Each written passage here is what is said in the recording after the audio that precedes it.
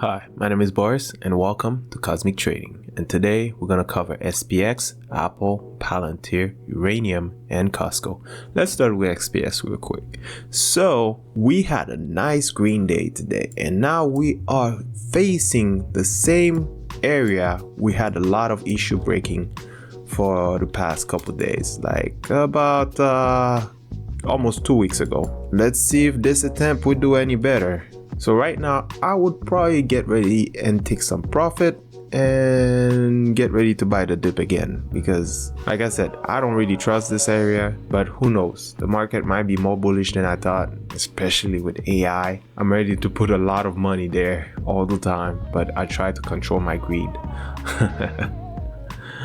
Now let's move on to Aapl. So yeah, Aapl had a nice rejection from this trend line right here, and now we are trying to recover, but I don't trust this little recovery there. I still think we need to come in contact with the level 1 uptrend before we start going back up again. So right now, I think this is just, a little breather type deal. So if the market decide to go back down, we have about 5% to the downside.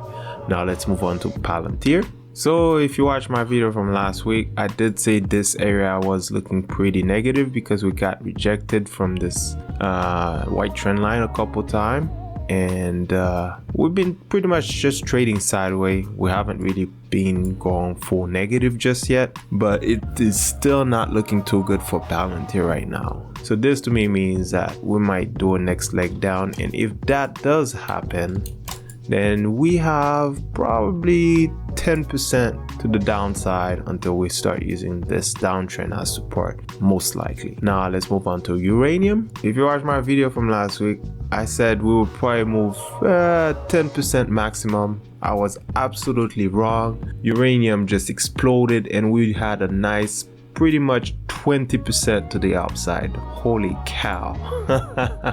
So to me, uranium is also an AI play because all the data center we are building for AI is very energy hungry, and uranium is one of the best energy source that is reliable and cheap enough in order to run the server. Anyways, let's move on to Costco. So Costco did take a little breather. Right now, I think it's a good time to take a uptrend measurement. I still haven't done that this entire time because it's so choppy. I hate the way Costco is trading, to be honest, but let's do this real quick.